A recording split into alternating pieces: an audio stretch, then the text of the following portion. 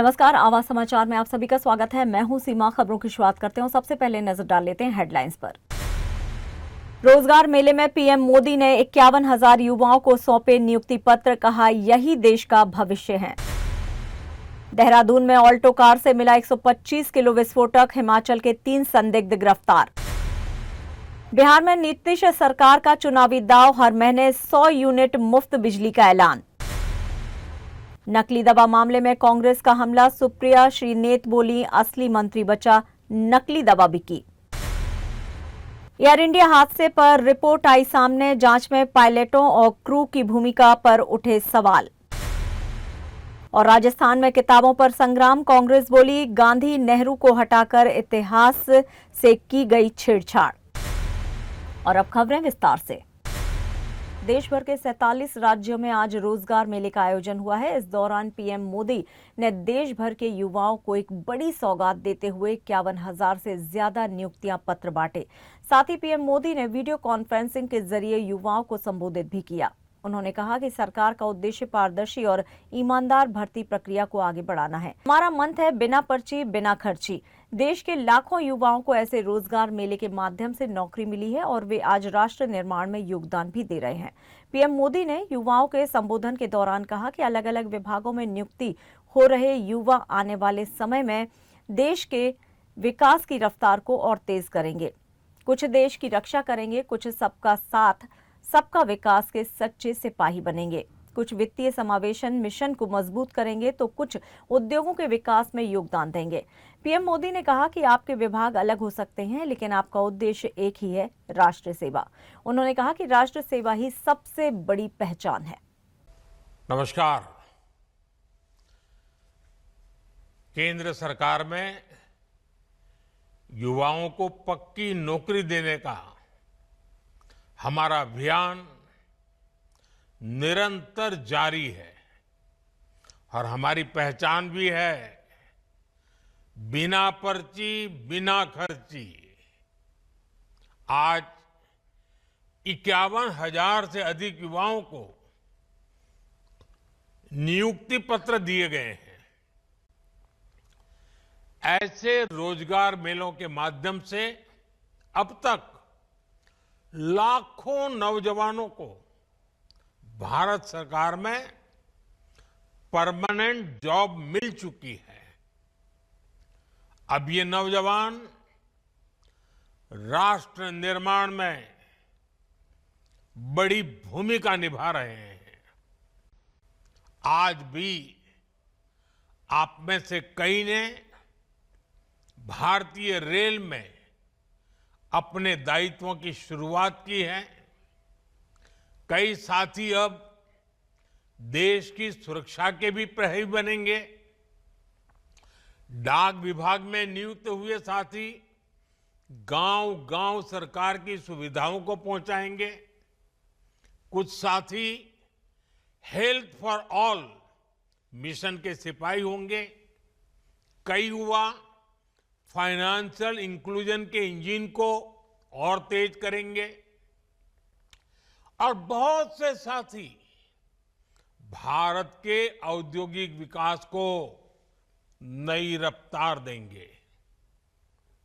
आपके विभाग अलग अलग हैं, लेकिन ध्येय एक है। और वो कौन सा ध्येय? हमें बार बार याद रखना है, एक ही ध्येय है।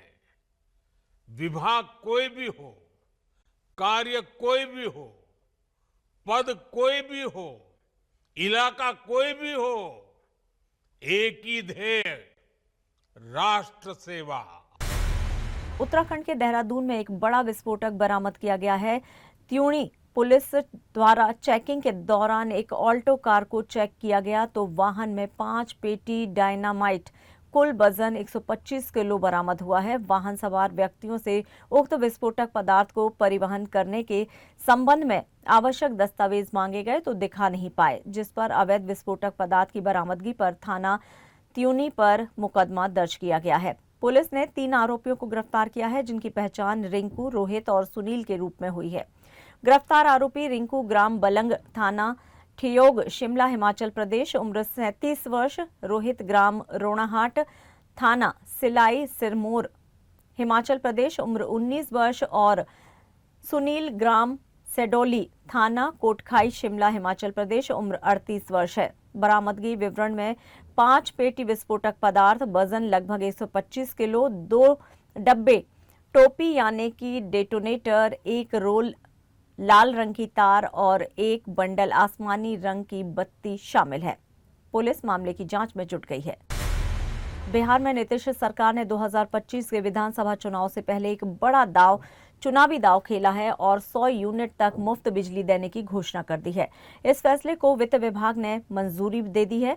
ये कदम राज्य के आम नागरिकों को राहत देने और सरकार की लोकप्रियता बढ़ाने के उद्देश्य से लिया गया है। माना जा रहा है कि ये घोषणा खासकर ग्रामीण और मध्य वर्ग के मतदाताओं को आकर्षित कर सकती है। नेता प्रतिपक्ष तेजस्वी यादव ने वादा किया है कि अगर बिहार में महागठबंधन की सरकार बनती है तो वो हर एक को 200 यूनिट बिजली फ्री देंगे। अब तेजस्वी के इस वादे के काट के रूप में नीतीश सरकार ने पहले ही 100 यूनिट बिजली मुफ्त कर देने की घोषणा कर दी है। इस घोषणा से पहले मुख्यमंत्री नीतीश कुमार ने सामाजिक सुरक्षा के क्षेत्र में एक महत्वपूर्ण कदम उठाया। उन्होंने वरिष्ठ नागरिकों, विधवाओं और दिव्यांगजनों सहित 1.11 करोड़ लाभार्थियों के बैंक खाते में 1100 रुपए प्रति माह की बढ़ी हुई पेंशन राशि की पहली किश्त डीबीटी के जरिए भेजी। कुल 1227 करोड़ रुपए से अधिक की राशि 6 विभिन्न पेंशन योजनाओं के तहत वितरित की गई है। मुख्यमंत्री नीतीश कुमार ने बुजुर्गों के सम्मानजनक जीवन सुनिश्चित करने को अपनी सरकार की सर्वोच्च प्राथमिकता बताया। उन्होंने कहा कि ये राशि अब हर महीने की 10 तारीख को लाभार्थियों के खातों में वितरित की जाएगी। बिहार की राजनीति में अब नकली दवाइयों के मामले से असली विवाद खड़ा हो गया है।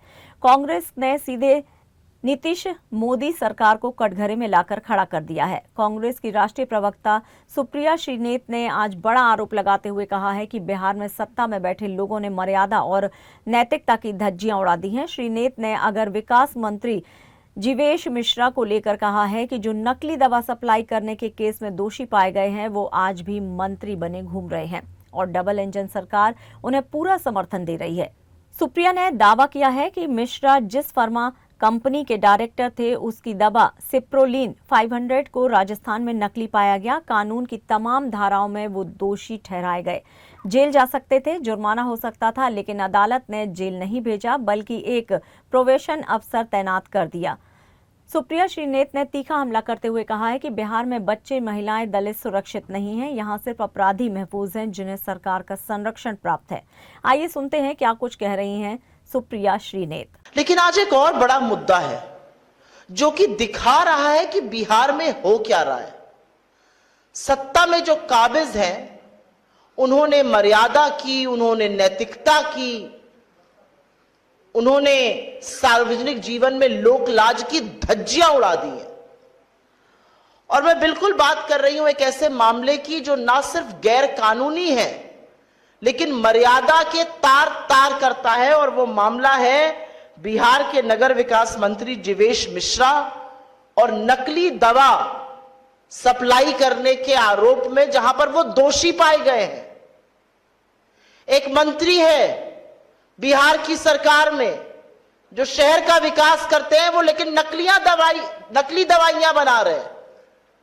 और नकली दवाई का मतलब है कि आप लोगों के स्वास्थ्य के साथ, परिजनों के जीवन के साथ खिलवाड़ कर रहे हैं और आप पर आरोप नहीं है, आप दोषी पाए गए हैं। और एक जमाना था जब आरोप लग जाता था तो आरोपी तुरंत अपने पद से इस्तीफा दे देता था, क्योंकि सार्वजनिक जीवन में मर्यादा, नैतिकता और लोक लाज, लोक शर्म से ज्यादा जरूरी कुछ नहीं होता। आज बेधड़क, बेखौफ जीवेश मिश्रा जी जो हैं वो मंत्री बने हुए हैं, उनको पूरा संरक्षण तथा कथित करप्ट डबल इंजन की सरकार दे रही है और वो निडरता से मंत्री बने हुए हैं।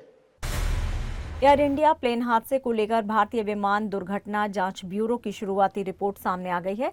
केंद्रीय विमानन मंत्री राममोहन नायडू ने कहा है कि AAIB के साथ कोऑर्डिनेट कर रहे हैं ताकि उन्हें मदद मिल सके।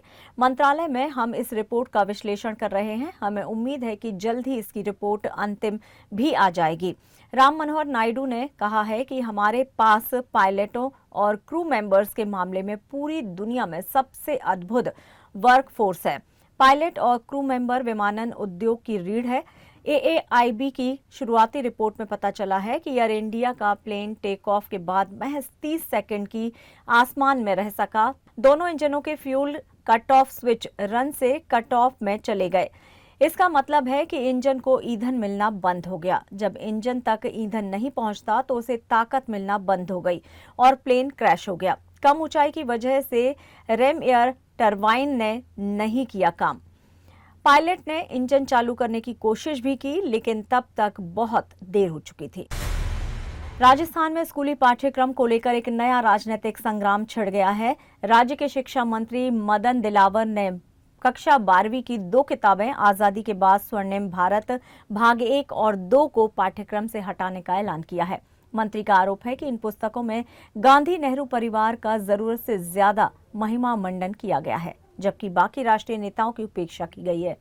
दिलावर ने कहा है कि किताबें आपातकाल जैसे संवेदनशील दौर में कांग्रेस की भूमिका को नजरअंदाज करती हैं और लोकतंत्र को कमजोर करने वालों को नायक की तरह पेश करती हैं। उनका दावा है कि इन किताबों में सरदार पटेल, आम्बेडकर, श्यामा प्रसाद मुखर्जी, भैरव सिंह शेखावत और प्रधानमंत्री मोदी जैसे नेताओं का नाम तक नहीं है। वहीं कांग्रेस ने इस कदम को वैचारिक हमला बताते हुए तीखी प्रतिक्रिया दी है।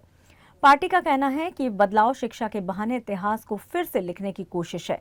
मामला अब तेजी से तूल पकड़ रहा है और आने वाले दिनों में ये मुद्दा और भी गर्म हो सकता है।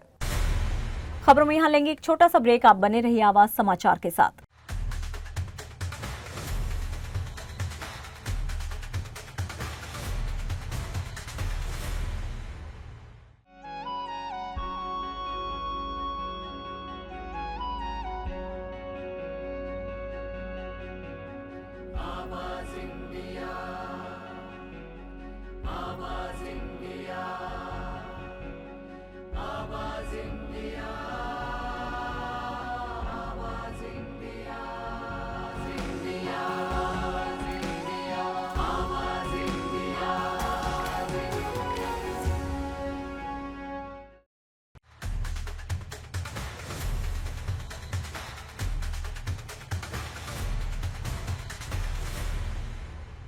ब्रेक के बाद एक बार फिर से आप सभी का स्वागत है। बढ़ते हैं अपनी अगली खबर की ओर।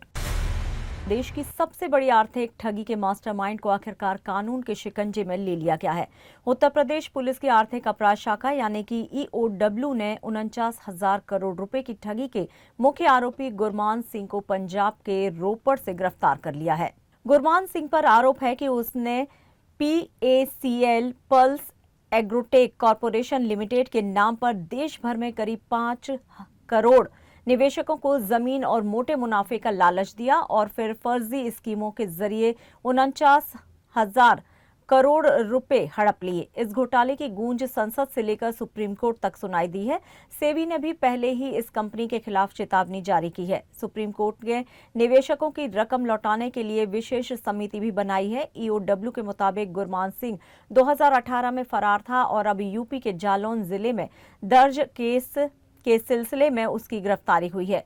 PACL ने देश के 10 राज्यों जैसे यूपी, राजस्थान, दिल्ली, पंजाब, केरल, MP और आदि में बिना लाइसेंस बैंकों जैसे काम किए, RD, FD जैसे स्कीमें चलाई और फिर सभी दफ्तर बंद कर फरार हो गए। अब गुरमान सिंह को यूपी लाकर पूछताछ की जा रही है और बाकी 2 फरार आरोपियों की तलाश भी तेज कर दी गई है। उम्मीद है कि आने वाले वक्त में इस घोटाले से जुड़े और भी कारनामे सामने आएंगे। केंद्रीय मंत्री और लोक जनशक्ति पार्टी के अध्यक्ष राष्ट्रीय अध्यक्ष चिराग पासवान को सोशल मीडिया के जरिए जान से मारने की धमकी मिली है। ये धमकी एक संदिग्ध अपराधी द्वारा दी गई है, जिसमें 20 जुलाई तक बम से उड़ाने की बात कही गई है। पार्टी ने इस गंभीर मामले को लेकर तुरंत साइबर क्राइम चाना पटना में शिकायत दर्ज कराई है। पार्टी के मुख्य प्रवक्ता डॉक्टर राजेश भट्ट खुद साइबर थाने पहुंचे और प्राथमिकी दर्ज कराई है। पार्टी नेताओं ने इस धमकी को लेकर चिंता जताई है और कहा है कि ये सिर्फ एक व्यक्ति पर हमला नहीं बल्कि लोकतांत्रिक व्यवस्था और दलित नेतृत्व पर सीधा हमला है। चिराग पासवान को केंद्र सरकार द्वारा Z श्रेणी की सुरक्षा प्रदान की गई है, जिसमें 33 सशस्त्र सुरक्षाकर्मी तैनात किए जाते हैं। इसके बावजूद धमकी मिलने से सुरक्षा को लेकर चिंता बढ़ गई है। पुलिस और साइबर क्राइम विशेषज्ञ धमकी देने वाले अकाउंट की पहचान करने में जुटे हुए हैं और प्रशासन ने मामले को गंभीरता से लेते हुए जांच शुरू कर दी है। पटना के जयप्रकाश नारायण अंतर्राष्ट्रीय हवाई अड्डे को बम से उड़ाने की धमकी वाला एक संदिग्ध ईमेल आया और ईमेल एयरपोर्ट निदेशक के आधिकारिक मेल आईडी पर भेजा गया है। धमकी की गंभीरता को देखते हुए तुरंत कार्रवाई शुरू कर दी गई है। पटना एयरपोर्ट के प्रशासनिक भवन स्थित कॉन्फ्रेंस हॉल में रात 10:05 पर बम खतरा आकलन समिति की एक आपात बैठक बुलाई गई। इस बैठक में एयरपोर्ट अथॉरिटी, स्थानीय पुलिस, केंद्रीय औद्योगिक सुरक्षा बल और अन्य संबंधित एजेंसियों के वरिष्ठ अधिकारी मौजूद थे। गहन विश्लेषण और उपलब्ध जानकारी के आधार पर समिति ने इस धमकी को गैर विशिष्ट घोषित कर दिया है। हवाई अड्डे पर सुरक्षा व्यवस्था कड़ी कर दी गई है। यात्रियों की जांच, सामान की जांच और परिसर की निगरानी को और प्रभावी बनाने के लिए अतिरिक्त सुरक्षा कर्मियों की तैनाती भी कर दी गई है। पटना पुलिस और साइबर क्राइम सेल ने इस ईमेल के स्रोत और प्रेषक की पहचान के लिए जांच शुरू कर दी है। प्रारंभिक जानकारी के अनुसार इस धमकी के पीछे के मकसद और जिम्मेदार लोगों का पता लगाने के लिए ईमेल के आईपी एड्रेस और अन्य तकनीकी विवरणों का विश्लेषण किया जा रहा है। मुख्यमंत्री योगी आदित्यनाथ ने शनिवार को गुरु तेग बहादुर के 350वें शहीदी दिवस पर लखनऊ से दिल्ली जाने वाले संदेश यात्रा का मुख्यमंत्री आवास से शुभारंभ किया। यात्रा लखनऊ से प्रारंभ होकर कानपुर, इटावा, आगरा होते हुए दिल्ली के चांदनी चौक, शीशगंज के गुरुद्वारा पहुंचकर समाप्त होगी। मुख्यमंत्री योगी आदित्यनाथ ने इस अवसर पर श्री गुरु ग्रंथ साहिब पर प्रकाश डालने के साथ मंता तरण में लिप्त लोगों के सजग रहने की सलाह देने के साथ सरकार की प्राथमिकता की जानकारी दी। उन्होंने कहा कि देश और प्रदेश में मंतारण की साजिशें हो रही हैं। हिंदुओं और सिखों आदि के मंतातरण के रेट तय किए गए हैं। मुख्यमंत्री योगी आदित्यनाथ ने गुरु तेग बहादुर के बलिदान को याद करते हुए कहा है कि गुरु तेग बहादुर महाराज ने सनातन धर्म की रक्षा के लिए अपने प्राणों की आहुति दी। इस कार्यक्रम के जरिए उनकी यात्रा और 350 वर्षों के संपूर्ण इतिहास को ही जीवंत किया जा रहा है। मुख्यमंत्री ने औरंगजेब के युग को याद किया और कहा कि वो कैसा युग रहा होगा जब औरंगजेब जैसा क्रूर और बर्बर शासक था। उस दौरान हर जगह से अत्याचार की खबरें सामने आती थी। मुख्यमंत्री ने कहा कि गुरु तेग बहादुर जी का जीवन भारत के सांप्रदायिक सौहार्द, सहिष्णुता और धर्म की रक्षा के लिए सर्वोच्च बलिदान की मिसाल है। पूरे देश के अंदर गुरु तेग बहादुर जी महाराज की 350वीं शहीदी दिवस कार्यक्रम के बारे में एक नया उत्साह, एक नया उमंग है। देश भर में बड़े बड़े आयोजन होने हैं। उत्तर प्रदेश में भी हमारी कमेटी इसके लिए कार्य कर रही है और 350वीं शहीदी दिवस कार्यक्रम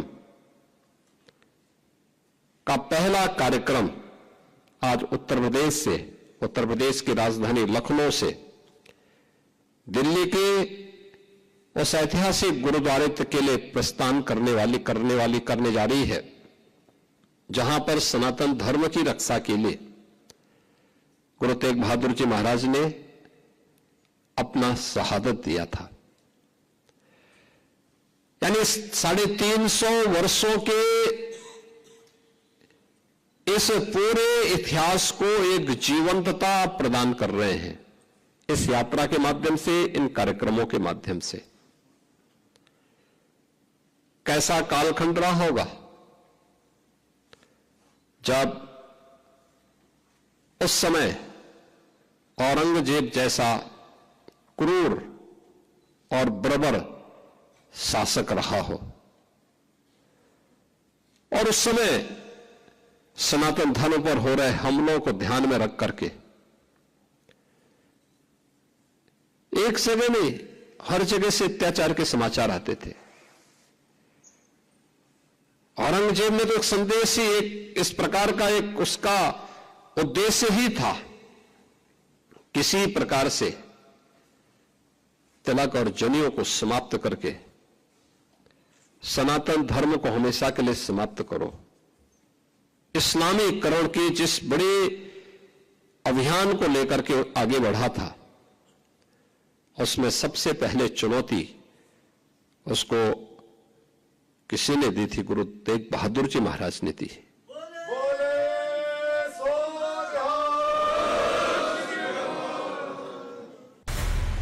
इंतजार की घड़ी खत्म हो चुकी है। भारत अब उस मोड़ पर पहुंच चुका है जहां से उसकी ऊर्जा सुरक्षा की तस्वीर बदल सकती है और शायद किस्मत भी ऑस्ट्रेलिया के वियना में हुए 9वें ओपेक इंटरनेशनल सेमिनार में केंद्रीय पेट्रोलियम मंत्री हरदीप सिंह पुरी ने दुनिया के सामने एक ऐतिहासिक घोषणा की है। भारत अब गुयाना के बराबर यानी करीब 2.5 लाख वर्ग किलोमीटर में फैले कच्चे तेल के भंडार के बेहद करीब पहुंच चुका है।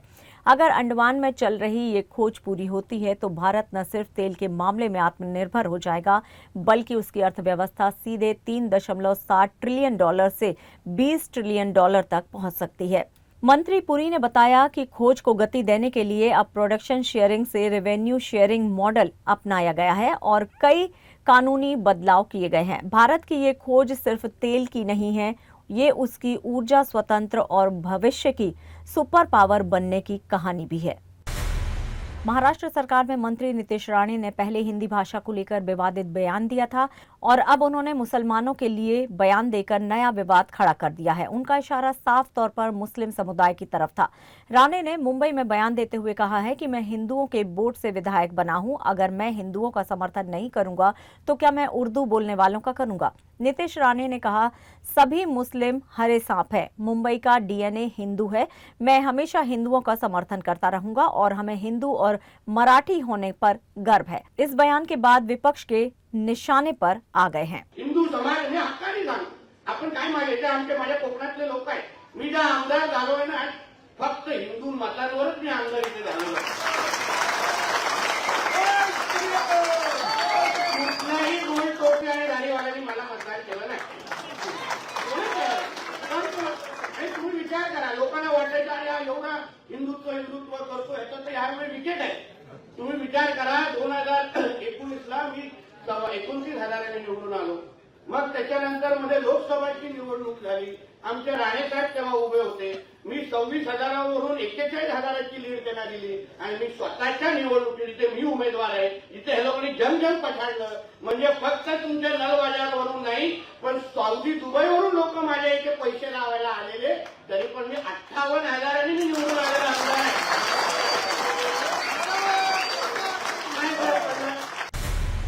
कांग्रेस अध्यक्ष मल्लिकार्जुन खड़गे ने ओडिशा में दलितों के साथ हुई बर्बरता पर तीखी प्रतिक्रिया दी है। उन्होंने कहा है कि एससी, एसटी, ओबीसी और अल्पसंख्यकों के डर को खत्म करना चाहते हैं ताकि ये वर्ग अपने हक की लड़ाई खुलकर लड़ सके।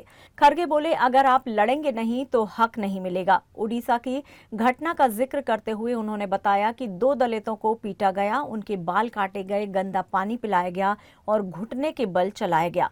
उन्होंने आरोप लगाया कि बीजेपी की सरकार में दलितों की हालत बेहद खराब हो गई है। खड़गे ने कहा है कि कांग्रेस पार्टी हाशिए पर खड़े लोगों के हक के लिए सत्याग्रह कर रही है, लेकिन सरकार पूरी तरह से आंख मूंदे बैठी है। कांग्रेस अध्यक्ष का ये बयान उड़ीसा में दिया गया, जहां दलित उत्पीड़न का मामला राजनीतिक तूल पकड़ता जा रहा है। हाल ही एक खबर मुझे मिली है, उड़ीसा के गंजाम डिस्ट्रिक्ट में 2 दलित लोगों को पीटा गया। 2 दलित लोगों को पीटा गया, बाल काटे गए, 2 किलोमीटर तक घुटने पर उनको चलाने की कोशिश की और घास खाने, गंदा नाली का पानी पीने के लिए मजबूर किया। क्या ये चाहते हैं? अरे इसके ऊपर अब जोर लगाओ, कहो, लड़ो। वो छोड़कर अगर हम छोटी मोटी बात करते नहीं तो मर जाएंगे। ये लोगों को, दलितों की हालत बीजेपी सरकार में है, यहाँ के सरकार में है। हमारी पार्टी लड़ रही है, हमारी पार्टी सत्याग्रह कर रही है, हमारी पार्टी हर जगह एजिटेशन कर रही है, लेकिन सरकार सो गई है। सरकार को उठाना होगा, जो चाहे उस मंत्र से उठाओ, तभी वो उठेंगे। और शेड्यूल कास्ट की हालत अगर ओडिशा में ऐसी है तो आप ध्यान में लो, कल के दिन किसी और जगह ऐसा ही होगा। और आवाज समाचार में यहाँ पर लेंगे एक और छोटा सा ब्रेक। आप देखते रहिए आवाज इंडिया।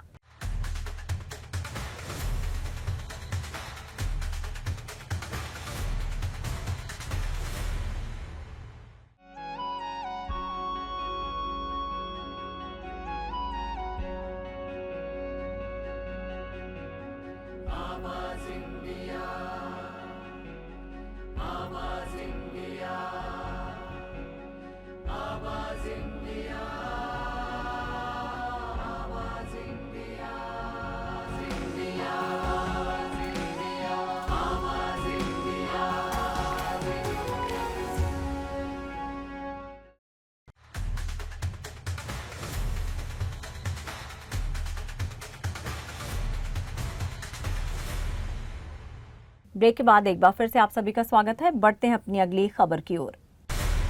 बॉलीवुड के दो दमदार चेहरे आज राष्ट्रपति भवन में खास नजर आएंगे।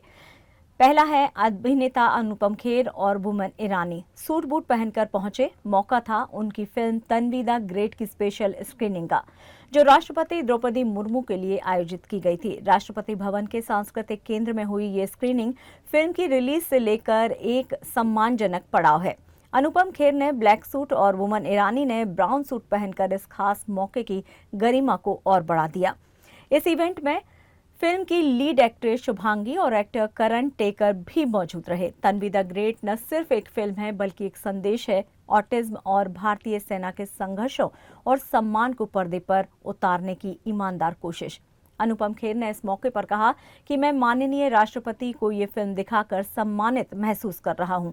भारतीय सेना और ऑटिज्म जैसे विषयों को देश की सर्वोच्च कमांडर इन चीफ से बेहतर कौन समझ सकता है। फिल्म पहले ही न्यूयॉर्क, लंदन, ह्यूस्टन जैसे शहरों के फेस्टिवल्स में तारीफें बटोर चुकी है। पुणे की साउदर्न कमांड और राष्ट्रीय रक्षा अकेडमी में इसकी स्क्रीनिंग के दौरान लोग खड़े होकर ताली बजा चुके हैं। तन्वी द ग्रेट 18 जुलाई 2025 को दुनिया भर में रिलीज होगी। अब देखना है कि अब भारतीय सिनेमाघरों में ये फिल्म दर्शकों का दिल जीत पाएगी। और मेरे लिए वो विजुअल हमें जिंदगी भर याद रहेगा कि वो फिल्म के अंत में खड़े होकर ताली मारी उन्होंने और इनसे कहा कि बहुत अच्छा काम किया। ऐसे सौभाग्य बहुत कम लोगों को मिलता है। इस फिल्म को बहुत प्यार मिला है, विदेश में मिला है, नेशनल डिफेंस एकेडमी में मिला है, सदर्न कमांड मिला। कल आर्मी चीफ ने फिल्म देखी और आज महामहिम प्रेसिडेंट साहिबा ने फिल्म देखी, जो कि तीनों आर्म्ड फोर्सेस की चीफ कमांडर हैं। ये फिल्म आकांक्षाओं की है, आर्मी की है, आर्मी के शौर्य की तो है ही है, लेकिन आर्मी की उदारता की भी है, आर्मी के कंपैशन की भी है। और हमारे एक्टर्स के साथ ये फिल्म देखना बहुत अच्छा लगा। पूरा स्टाफ था और वैसे भी राष्ट्रपति भवन में आके ऐसा कद थोड़ा सा और ऊंचा हो जाता है और काम लेकर अपना आओ और तन्वी द ग्रेट जैसी फिल्म दिखाओ प्रेसिडेंट द ग्रेट को, तो मन जो है बहुत खिल उठता है। अपने करीब दोस्त बने, बहुत मुझे सपोर्ट किया मेरे पूरे करियर के दौरान। लेकिन जब इन्होंने मुझे एक लाइन सुना इस पिक्चर के बारे में तो मुझे मालूम था कि मेरे दोस्त एक बहुत ही नेक फिल्म बनाने जा रहे हैं अबाउट गुडनेस, अच्छाई के बारे में, आर्मी के बारे में। और ये फिल्म में इतनी गुडनेस है, मतलब आप कितना भी आप कोशिश करोगे आंखों में आंसू नहीं आए, आंसू आ ही जाते हैं। भवन में है तो इससे ज्यादा, जैसा कि सर ने कहा, सौभाग्य की बात नहीं हो सकती। So we are very grateful. Cinema की भव्यता जब संजय लीला भंसाली के नाम से जुड़ती है तो दर्शकों की उम्मीदें कई गुना बढ़ जाती हैं और अब उसी उम्मीद का नाम है love and war. Ranbir Kapoor, Vicky Kaushal और आलिया भट्ट स्टारर इस फिल्म की शूटिंग नवंबर 2024 से शुरू हो चुकी थी। अब तक करीब 100 दिन का काम पूरा हो चुका है और फिल्म 50% से ज्यादा बन चुकी है। लेकिन अब खबर है कि अगस्त 2025 से भंसाली शुरू करने जा रहे हैं इस फिल्म का सबसे बड़ा और भव्य हिस्सा, रणवीर और विक्की के बीच का आमना सामना। रिपोर्ट्स के मुताबिक इस सीन के लिए भंसाली ने महीनों से डायलॉग्स, एक्शन और इमोशनल इंटेंसिटी पर काम किया है। मुंबई में एक विशाल सेट भी तैयार किया जा रहा है जो सिर्फ सीन नहीं, विजुअल जंग बनने वाला है। इसकी 90 दिन की शूटिंग अभी बाकी है, जिसमें अक्टूबर के बाद यूरोप में कुछ सीन शूट किए जाने की योजना है। भंसाली चाहते हैं कि 2025 के अंत तक फिल्म पूरी हो जाए ताकि 2026 में बड़े पर्दे पर हो लव एंड वॉर का महायुद्ध, जहां प्यार भी होगा और टकराव भी। अब देखना है कि रणवीर का जुनून भारी पड़ेगा या विक्की का वॉर। करण जौहर का नाम आते ही दिमाग में चमक दमक, पार्टीज और फैशन के तूफान दौड़ जाते हैं। इस बार खुद चर्चा में है अपने डोमेस्टिक ट्रांसफॉर्मेशन को लेकर। हाल ही में करण की एक तस्वीर वायरल हुई जिसमें वो स्टैंड अप कॉमेडियन समय रैना के साथ नजर आए, लेकिन फोकस उनके साथ नहीं बल्कि उनके बदले हुए लुक पर टिक गया। लोगों ने सवाल की झड़ी लगा दी, इतने दुबले कैसे हो गए? किसी ने कहा क्या बीमार है, तो किसी ने ओजेम्पिक ड्रग का नाम लेकर अफवाहें उड़ाई। लेकिन करण कब तक चुप बैठने वालों में से हैं। धड़क 2 के ट्रेलर लॉन्च पर उन्होंने खुद कहा, मैं कल इंटरनेट पर पढ़ रहा था, लोगों ने तो मुझे जीते जी मार डाला।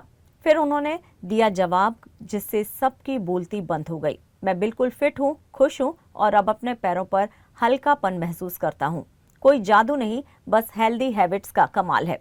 करण ने ये भी कहा कि वो सिर्फ जिंदा नहीं, पूरी जान से जीना चाहते हैं, खासकर अपने बच्चों और कहानियों के लिए। उनका सवाल था, अगर मैं चला गया तो मेरे अंदर की कहानियां कौन सुनाएगा? और जब करण की बात चल ही रही है तो फिल्म का जिक्र तो जरूरी है। धड़क 2 जिसमें तृप्ति डिमरी और सिद्धांत चतुर्वेदी नजर आएंगे, 1 अगस्त को सिनेमाघरों में दस्तक देने वाली है। अब देखना ये होगा कि करण का ट्रांसफॉर्मेशन जितना वायरल है, क्या उनकी फिल्म भी उतनी ही हिट साबित होती है। डीसी की most awaited film Superman Bharat में रिलीज हो चुकी है, लेकिन उसके साथ ही उठ खड़ा हुआ है एक नया विवाद, क्योंकि फिल्म में 33 सेकंड का किसिंग सीन हटा दिया गया है। जेम्स गन के डायरेक्शन में बनी इस फिल्म को लेकर भारतीय फैंस में जबरदस्त उत्साह था, लेकिन जब उन्हें पता चला कि सेंसर बोर्ड यानी कि CBFC ने डेविड कॉरेंसवेट और राहेल ब्रोसनाहन का इंटीमेट सीन हटा दिया तो गुस्सा फूट पड़ा।